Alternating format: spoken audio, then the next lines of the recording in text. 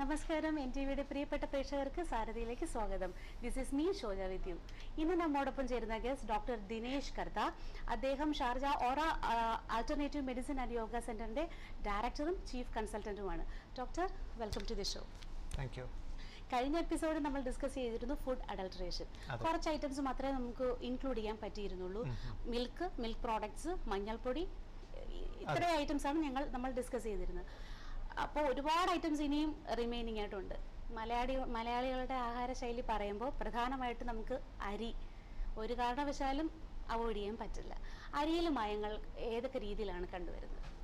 Okay, ഇപ്പോൾ ഷോജ സൂചിപ്പിച്ച പോലെ തന്നെ പലതരത്തിലുള്ള അഡൾട്ടറേഷൻ ഇന്ന് നമ്മളുടെ ആഹാര പാനീയങ്ങളിൽ കാണുന്നുണ്ട്. കഴിഞ്ഞ വട്ടം നമ്മൾ ചർച്ച ചെയ്ത ഒന്ന് രണ്ട് കാര്യങ്ങൾ ഒന്നുകൂടി പ്രേക്ഷകർക്ക് വേണ്ടി വിശദമാക്കിയിട്ട് ഈ ഒരു ചോദ്യത്തിലേക്ക് കിടക്കാമെന്ന് എനിക്ക് തോന്നുന്നു, അല്ലേ? നമ്മൾ പ്രധാനമായും കഴിഞ്ഞ എപ്പിസോഡിൽ ഫുഡ് അഡൾട്ടറേഷൻ അഥവാ സാധാരണമായി ഭക്ഷണങ്ങളിൽ കാണുന്ന മായങ്ങൾ ഇതിനെക്കുറിച്ച് സംസാരിച്ചപ്പോൾ പ്രധാനമായും നമ്മൾ ചർച്ച ചെയ്തത് പാൽ.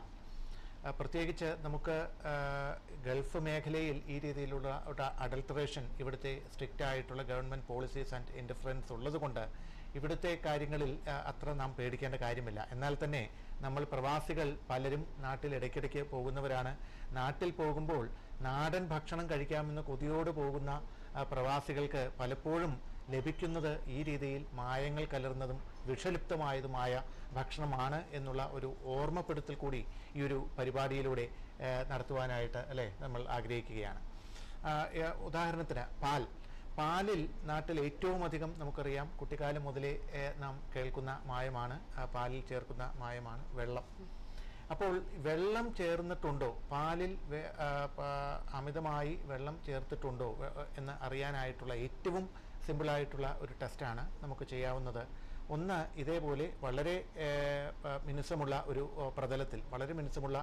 പ്രതലത്തിൽ നമ്മൾ പാല് ഒഴിക്കുക. ഇങ്ങനെ ഒഴിക്കുന്ന പാൽ പെട്ടെന്ന് ഒഴുകി പോവുകയാണെങ്കിൽ അതിൽ നിന്ന് മനസ്സിലാക്കിക്കൊള്ളുക ഈ പാലിൽ വെള്ളമുണ്ട് എന്ന്. അതേപോലെ തന്നെ ഈ നല്ല പാലാണെങ്കിൽ, അതായത് മായമില്ലാത്ത വെള്ളം ലവലേശമില്ലാത്ത പാലാണെങ്കിൽ ഈ പാല് ഈ രീതിയിൽ ഒഴുകി പോകുന്ന ഘട്ടത്തിൽ അല്പസമയമെടുക്കും. ഇത് ഒരു വളരെ നോർമലായിട്ടുള്ള ഒരു പ്രതലത്തിലൂടെ ഇത് ഒഴുകി പോകാനായിട്ട് അല്പസമയമെടുക്കും. അപ്പോൾ ഈ ഒരു സമയത്ത് ഒരു ചെറിയ സ്ട്രീക്ക്, ഒരു വൈറ്റ് സ്ട്രീക്ക് ഉണ്ടാകുന്നെങ്കിൽ നമുക്ക് മനസ്സിലാക്കാം ഇത് നല്ല പാലാണ് എന്ന്. പക്ഷേ ഇത് വെറുതെ വെള്ളം പോലെ ഒഴുകി പോകുന്ന ഒരവസ്ഥയാണ് ഉള്ളതെങ്കിൽ മനസ്സിലാക്കുക ഈ ഒരു സമയത്ത് അതുമല്ലെങ്കിൽ ഇതിൽ വെള്ളം അമിതമായിട്ട് കലർന്നിട്ടുണ്ട് എന്ന് നമുക്ക് മനസ്സിലാക്കാൻ സാധിക്കും. അതേപോലെ തന്നെ നമുക്ക് അറിയാനാകുന്ന മറ്റൊരു പ്രധാനപ്പെട്ട വഴിയാണ്, ഇതിന് ലാക്ടോമീറ്റർ എന്ന് പറയും. പാലിൻ്റെ ശുദ്ധി അളക്കാനായിട്ട് നമ്മളുടെ സൊസൈറ്റികളിലെല്ലാം കാണുന്ന ഒരു ഉപകരണമാണ്. ഈ ലാക്ടോമീറ്ററിൽ യഥാർത്ഥത്തിൽ പാലിൻ്റെ സാന്ദ്രത, സ്പെസിഫിക് ഗ്രാവിറ്റി അളന്നു നോക്കുകയാണ് ചെയ്യുന്നത്. അപ്പോൾ ഇത് ഒരു 1.03 മുതൽ ഒരു 1.034 എന്നുള്ള ഈ ഒരു അളവിൻ്റെ ഇടയ്ക്കാണ് ഈ ഒരു സ്പെസിഫിക് ഗ്രാവിറ്റി നമുക്ക് ലാക്ടോമീറ്ററിൽ. ഇതാണ് നാട്ടിൽ ഏറ്റവും നമുക്ക് സുതാര്യമായിട്ട് നടത്താവുന്ന ഒരു ടെസ്റ്റാണ്. ഇത് ഈ രീതിയിലാണ് ഇതിൻ്റെ സ്പെസിഫിക് ഗ്രാവിറ്റി വരുന്നതെങ്കിൽ അത് നോർമലായിട്ടുള്ള പാലാണ് എന്ന് മനസ്സിലാക്കുക. പക്ഷേ അതിൻ്റെ അപ്പുറത്തേക്കും ഇപ്പുറത്തേക്കും പോയിട്ടുണ്ടെങ്കിൽ മനസ്സിലാക്കിക്കൊള്ളുക ഇതിൽ അഡൾട്ടറേഷൻ, അതുമല്ലെങ്കിൽ പാലിൽ അഡൾട്ടറേഷൻ നടന്നിട്ടുണ്ട് എന്നുള്ളത്. മൂന്നാമത്, പാലിൽ ഏറ്റവും അധികം നാം കാണുന്ന ഒരു പ്രധാനപ്പെട്ട പ്രശ്നമാണ് പലതരത്തിൽ ഈ പാലിന് കൊഴുപ്പ് കൂട്ടാനായിട്ട് സ്റ്റാർച്ച് അടക്കം അരച്ച് ചേർക്കുക. ചിലപ്പോൾ വില കുറഞ്ഞ ഉരുളക്കിഴങ്ങായിരിക്കാം, പഴകിയ ഉരുളക്കിഴങ്ങ് അരച്ച് ചേർക്കും. അതുമല്ലെങ്കിൽ കഞ്ഞിവെള്ളമായിരിക്കാം. അപ്പോൾ എന്താണോ ലഭിക്കുന്നത്, പാലിന് കട്ടി കൂട്ടാൻ നമ്മൾ ചില കഥകളിൽ നമ്മൾ കണ്ടു, അതായത് മണ്ണിരകളെ പോലും കിഴികെട്ടി പാലിലിടുന്ന മിടുക്കന്മാർ, വിദ്വാൻമാർ നമ്മളുടെ നാട്ടിലുണ്ട്. അപ്പോൾ സ്റ്റാർച്ച് ഈ രീതിയിൽ പാലിൽ അടങ്ങിയിട്ടുണ്ടോ എന്ന് അറിയാനായിട്ട് നമുക്ക് ചെയ്യാവുന്ന ഒരു വളരെ സിമ്പിളായിട്ടുള്ള ഒരു ടെസ്റ്റ്, ഒരല്പം അയഡിൻ ഈ പാലിലേക്ക് ചേർക്കുക. ചേർക്കുമ്പോൾ ഇതിൽ കളർ വ്യത്യാസം ഉണ്ടാകുന്നുവെങ്കിൽ, ഒരു നീല കളർ അതുമല്ലെങ്കിൽ ഒരു വയലറ്റ് കളർ നമുക്ക് ലഭിക്കുന്നുവെങ്കിൽ അതിൽ നിന്ന് നമുക്ക് മനസ്സിലാക്കാം ഇതാണ് അയഡിൻ ടെസ്റ്റാണ്, ഇതിന് സ്റ്റാർച്ച് കലർന്നിട്ടുണ്ടോ എന്നറിയാൻ ഏറ്റവും എളുപ്പത്തിൽ നമുക്ക് പാലിൽ ചെയ്തു നോക്കാവുന്ന ഒരു ടെസ്റ്റ്. അപ്പോൾ ഇതിൽ ഇങ്ങനെ ഡിസ്കളറേഷൻ കാണുകയാണെങ്കിൽ, അതായത് ഇതൊരു നീല കളറിലേക്ക് ഇത് മാറുകയാണെങ്കിൽ, അപ്പോൾ മനസ്സിലാക്കുക നമ്മൾ കഴിക്കുന്ന പാലിൽ സ്റ്റാർച്ചോ മറ്റ് മായങ്ങളോ ചേർന്നിട്ടുണ്ട് എന്നുള്ളത്. അപ്പോൾ ഇങ്ങനെയാണ് പാലിൻ്റെ ഒരവസ്ഥ. അതായത് ഏറ്റവും നമ്മൾ കേരളീയർ സാധാരണമായി കുടിക്കുന്ന പാലിൽ പോലും അതികഠിനമായ രീതിയിൽ, അതുമല്ലെങ്കിൽ അതിഭയാനകമായ രീതിയിൽ ഇന്ന് മായങ്ങൾ ചേർക്കുന്നതായിട്ട് കാണുന്നുണ്ട്.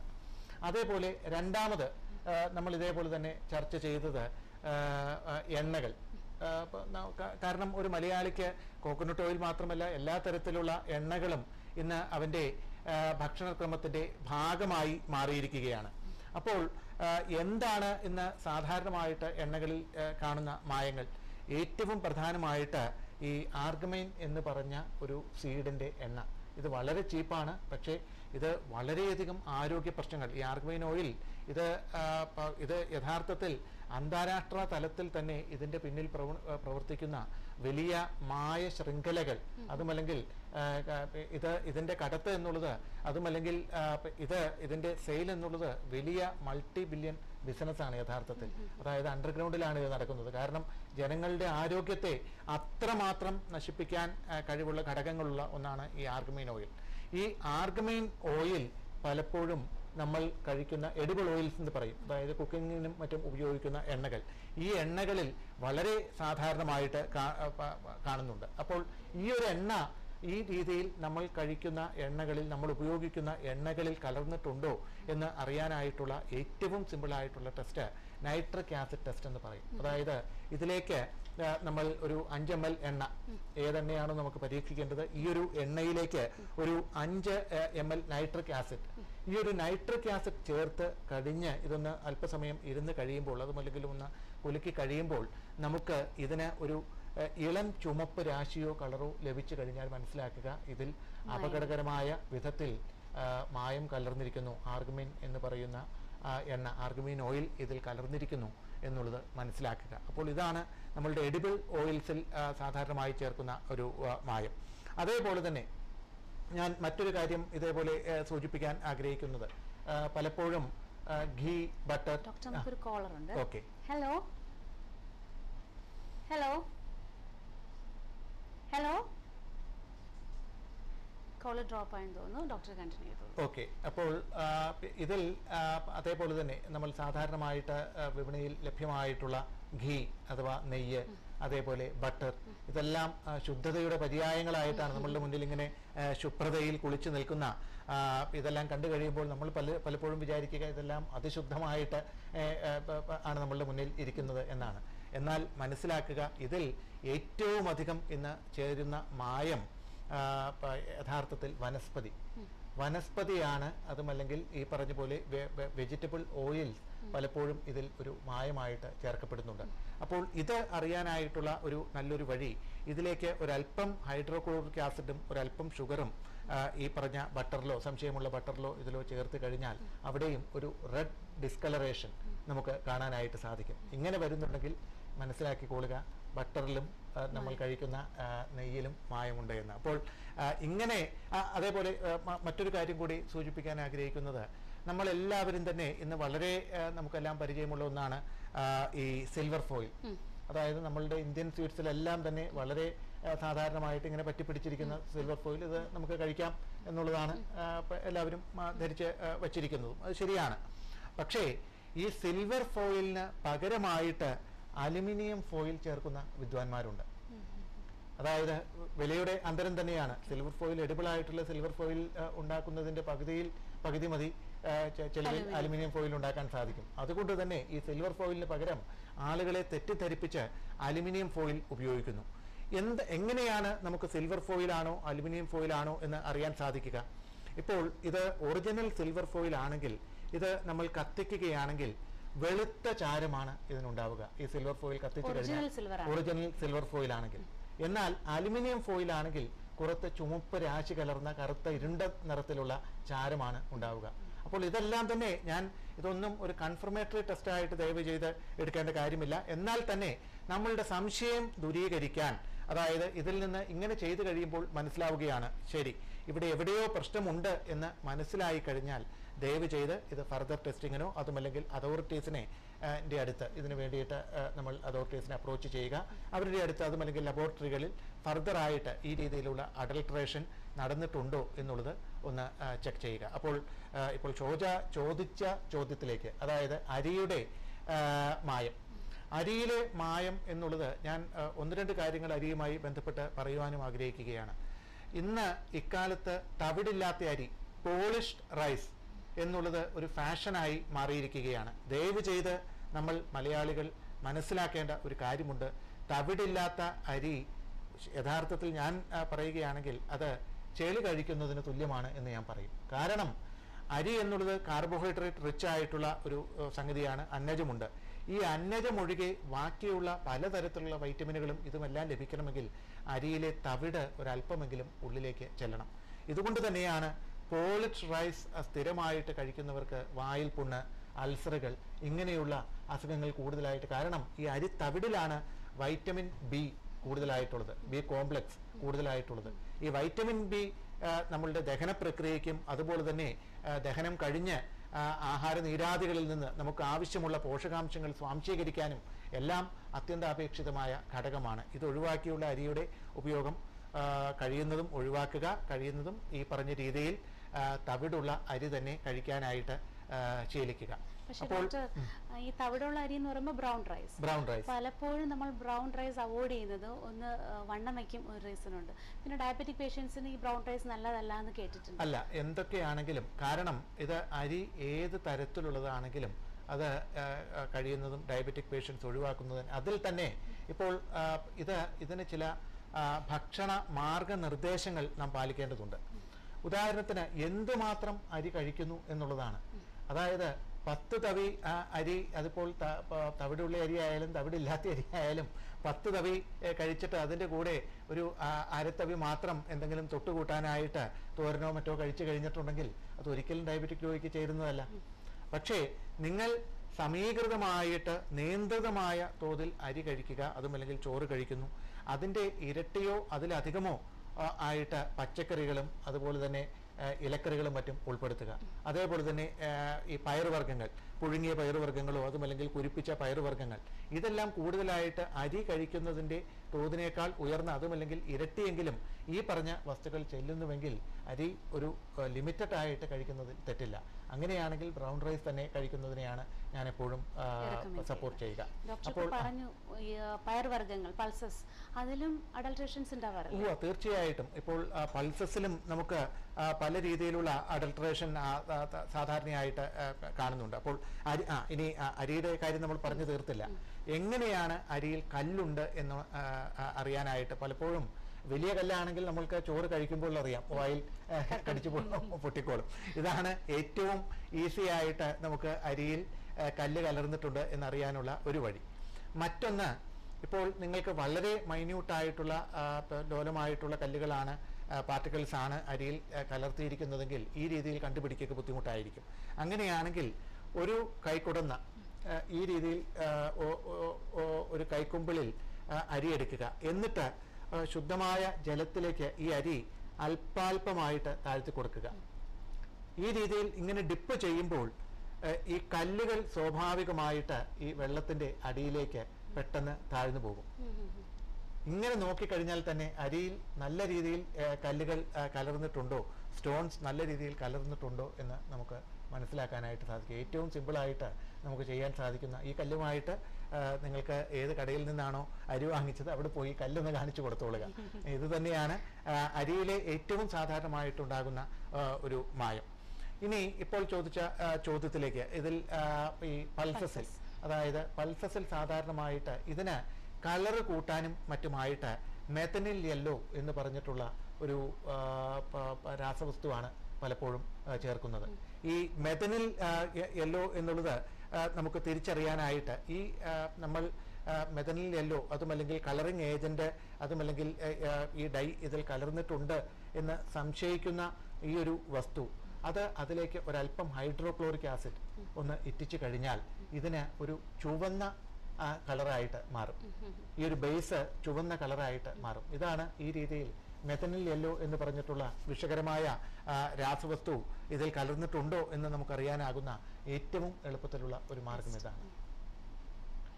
അതുപോലെ നമ്മൾ എന്നും രാവിലെ എണീച്ച് കുടിക്കുന്ന ഒരു സാധനമാണ് ചായ. വൈകിട്ടും നമ്മൾ മലയാളികളെല്ലാം ശീലമാക്കിയിരിക്കുന്നതാണ്. ടീ പൗഡർ, കോഫി പൗഡർ, ഇതിലൊക്കെ മായം കലർന്നിട്ടില്ലേ? തീർച്ചയായിട്ടും. ടീ ആൻഡ് കോഫി പൗഡർ എന്നുള്ളത് നമുക്കറിയാം ഇന്ന് ഇത് ഈ പറഞ്ഞ പോലെ തന്നെ വളരെ വലിയ ഒരു ബിസിനസ്സാണ് ടീ ആൻഡ് കോഫി ഇതെന്നുള്ളത്. അപ്പോൾ ഇതിൽ അതുകൊണ്ട് തന്നെ മായം കലർത്തുക എന്നുള്ളത് കോടികളുടെ ലാഭമാണ് കമ്പനികൾക്ക് ഓരോ ബാച്ചിലും മായങ്ങൾ കലർത്തുമ്പോൾ യഥാർത്ഥത്തിൽ ഉണ്ടാകുന്നത്. അപ്പോൾ ഈ പറഞ്ഞ സാധാരണമായ ഒരു കാര്യം നാം മനസ്സിലാക്കേണ്ടത്, ചായ അതുമല്ലെങ്കിൽ തേയില ഈ തേയില ഒരിക്കലും ഇതിൽ നമുക്ക് എന്താണ് പറയേണ്ടത്, ഇതിൽ ഏറ്റവും അധികം ചേർക്കുന്ന മായം എന്ന് പറഞ്ഞാൽ പഴകിയ തേയില. അതായത് ഹോട്ടലുകളിൽ നിന്നും മറ്റും ഇത് ശേഖരിക്കുന്ന കരിഞ്ചന്തക്കാരുണ്ട്. യൂസ്ഡ് ആയിട്ടുള്ള തേയില, യൂസ്ഡ് ആയ തേയില, അതായത് ചായ ഇറ്റിപ്പിഴിഞ്ഞ് കഴിഞ്ഞിട്ടുണ്ടാകുന്ന ചണ്ടിയായ തേയില. നമ്മൾ വിചാരിക്കും ഇത് പലരും ചാക്കിൽ കെട്ടിക്കൊണ്ട് പോകുമ്പോൾ ഇത് വളമായിട്ട് ഉപയോഗിക്കാനും മറ്റുമാണ് എന്ന്. പക്ഷേ പലപ്പോഴും ഇതിനായിട്ടല്ല ഈ രീതിയിൽ ചാക്ക് കണക്കിന് പഴയ തേയില ശേഖരിച്ചു കൊണ്ട് പോകുന്നത്. ഈ തേയിലകളിൽ പിന്നീട് കളറിംഗ് ഏജൻറ്റ്സ് കലർത്തി നമ്മളുടെ മുന്നിലേക്ക് വീണ്ടും ഇത് പുത്തൻ തേയിലയായിട്ട് അയക്കുന്ന ചില കമ്പനികളെങ്കിലും ഉണ്ട്. അതുമല്ലെങ്കിൽ അഡൾട്ടറേഷൻ, മായ വിദ്വാൻമാരുണ്ട്. ഞാൻ പലപ്പോഴും ചിന്തിച്ചിട്ടുണ്ട്, ഇത് ഈ നമ്മളുടെ മാന്ത്രിക ജാലക്കാരേക്കാളും വലിയ മായാവിദ്യകളാണ് ഭക്ഷണത്തിൽ മായം കലർത്തുന്നവർ ചെയ്യുന്നത്. അതായത് പഴകിയ തേയില ശുദ്ധമായ തേയിലയായി പുതിയ പാക്കറ്റിൽ നമ്മളുടെ മുന്നിൽ എത്തുന്നു എന്ന് പറയുമ്പോൾ അതിൻ്റെ ഒരു ഭീകരത, ഭയാനകത നമുക്കറിയാൻ കഴിയും. അപ്പോൾ എങ്ങനെയാണ് ഈ തേയിലയിൽ ഡൈ കലർന്നിട്ടുണ്ട്, അതുമല്ലെങ്കിൽ എന്തെങ്കിലും കലർപ്പുകൾ ഉണ്ട് എന്ന് നമുക്ക് മനസ്സിലാക്കാൻ സാധിക്കുക? ഇതിന് ഈസി ആയിട്ട് നമുക്ക് ചെയ്യാവുന്നത് ഒരു ബ്ലോട്ടിംഗ് പേപ്പറിൽ ഈ ഒരു അല്പം വെള്ളം തളിച്ചു വയ്ക്കുക, അതിലേക്ക് ഈ തേയിലയും ഒന്ന് തൂവുക.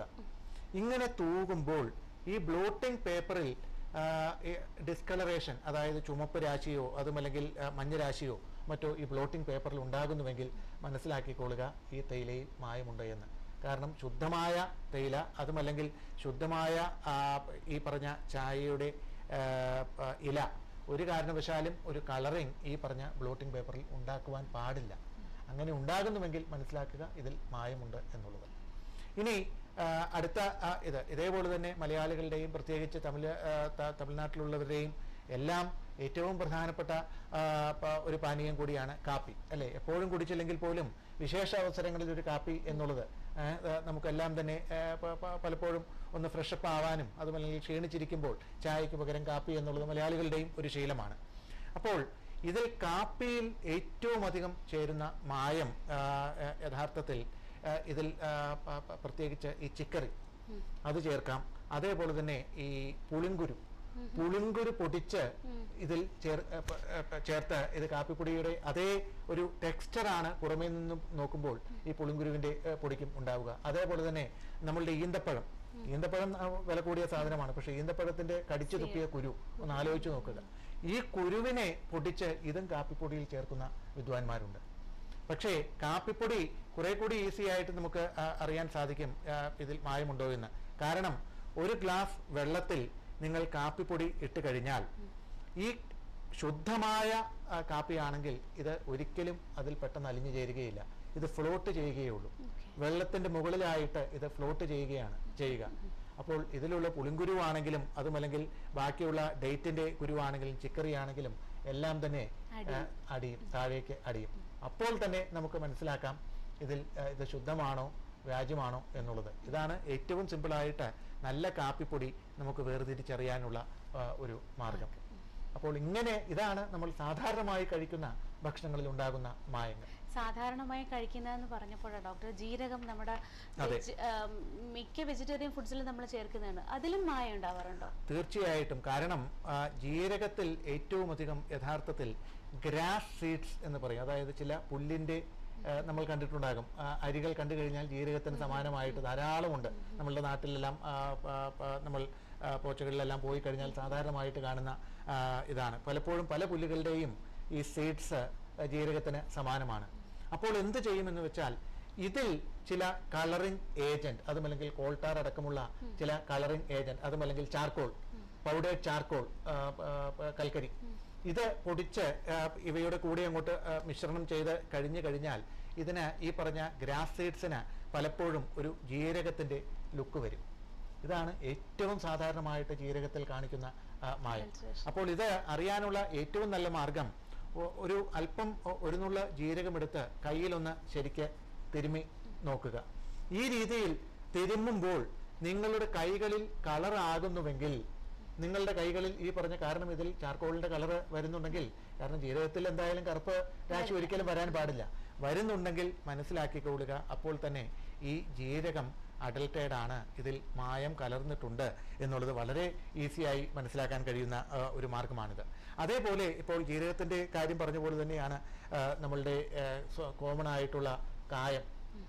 ഈ കായത്തിലും മായം ചേർക്കുന്നവരുണ്ട്. അപ്പോൾ കായം ഇത് യഥാർത്ഥമാണോ ശുദ്ധമാണോ എന്ന് അറിയാനായിട്ടുള്ള ഏറ്റവും നല്ലൊരു മാർഗം, ശുദ്ധമായ കായമാണെങ്കിൽ ഇത് നമ്മൾ വെള്ളത്തിൽ കലക്കുകയാണെങ്കിൽ ഒരു പാൽ നിറമാണ് ഇതിന് ഉണ്ടാവുക. ഇപ്പോൾ ഇതിൽ അഡൽട്ടറേഷൻ, ഇപ്പോൾ കായത്തിൽ സോപ്പ് സ്റ്റോൺ എന്ന് പറയുന്ന, അതായത് വില കുറഞ്ഞ ഒരു തരം കല്ല്, അതുമല്ലെങ്കിൽ ചില ഈ പറഞ്ഞ പോലെ മഡ് അടക്കമുള്ള കാര്യങ്ങൾ, മണ്ണ്, ഇങ്ങനെയുള്ള പല സാധനങ്ങളും ഇതെല്ലാം തന്നെ സ്വാഭാവികമായിട്ടും മായം ആയിട്ട് ഇതിൽ കലർന്നിട്ടുണ്ടെങ്കിൽ വെള്ളത്തിൽ അടിയുന്നത് നമുക്ക് കാണാൻ സാധിക്കും. അതേപോലെ തന്നെയാണ് നമ്മൾ കോമൺ ആയിട്ട് ഉപയോഗിക്കുന്ന മറ്റൊരു സാധനമാണ്, നമുക്കറിയാം, കടുക്. കടുകിൽ മായം ചേർക്കും എന്ന് പറഞ്ഞാൽ നമുക്ക് വിശ്വസിക്കാൻ സാധിക്കുകയില്ല.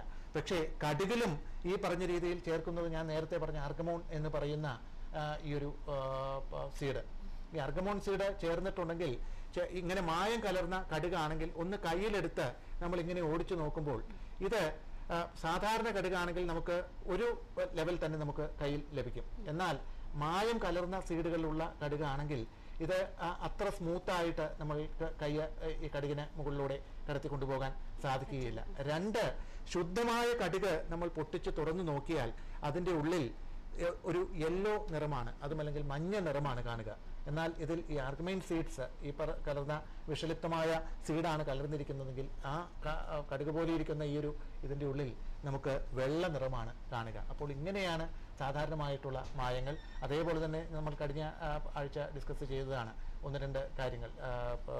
സാധാരണമായിട്ട് നമ്മളുടെ മുളക് പൊടിയിൽ ചേർക്കുന്നത് റെഡ് ബ്രിക്ക്, അതുമല്ലെങ്കിൽ ഇഷ്ടികയുടെ പൊടി, ഇതെല്ലാം തന്നെ നമുക്ക് വെള്ളത്തിൽ ഒന്നിട്ട് കഴിയുമ്പോൾ തന്നെ അറിയാൻ സാധിക്കും. അതേപോലെ തന്നെ പെപ്പറിൽ ഏറ്റവും അധികം ചേർക്കുന്നത് പപ്പായ, ഉണക്കിയ പപ്പായ സീഡ്. ഈ ഉണങ്ങിയ പപ്പായക്കായ നിങ്ങൾ വാങ്ങിച്ചിരിക്കുന്ന പെപ്പറിലുണ്ടെങ്കിൽ ഈ പെപ്പർ ഒരു പിടി ഒന്ന് വെള്ളത്തിലിട്ട് കഴിഞ്ഞാൽ ശുദ്ധമായ പെപ്പർ, അതുമല്ലെങ്കിൽ കുരുമുളക് താഴേക്ക് പോവുകയും ഈ ഉണങ്ങിയ പപ്പായ കായകൾ മുകളിൽ പൊങ്ങിക്കിടക്കുകയും ചെയ്യും. ഇങ്ങനെ ധാരാളം മാർഗങ്ങളുണ്ട്. ഇനിയും ധാരാളം തരത്തിലുള്ള അഡൽട്ടറേഷൻ ഉണ്ട്. അതെല്ലാം ഇനിയുള്ള എപ്പിസോഡിൽ ചർച്ച ചെയ്യാമെന്ന് വിചാരിക്കുന്നു. കാരണം നമ്മുടെ സാരഥിയുടെ സമയം ഇവിടെ അവസാനിക്കുന്നു. അഡൽട്രേഷൻ മാത്രമേ പറഞ്ഞുള്ളൂ. ഇത് മൂലം ഉണ്ടാകുന്ന ഹെൽത്ത് ഇഷ്യൂസ് നമുക്ക് ഇൻക്ലൂഡ് ചെയ്യാൻ കഴിഞ്ഞിട്ടില്ല സമയപരിധി മൂലം. മറ്റൊരു എപ്പിസോഡിൽ ഡോക്ടർ ദിനേശ് കർത്ത അതെല്ലാം നമുക്ക് വിശദമായി വിവരിച്ചു തരുന്നതാകുന്നു. ഇന്നത്തെ സാരഥിയുടെ സമയം ഇവിടെ അവസാനിക്കുകയാണ്. Doctor, thanks for being with us. നന്ദി, നമസ്കാരം.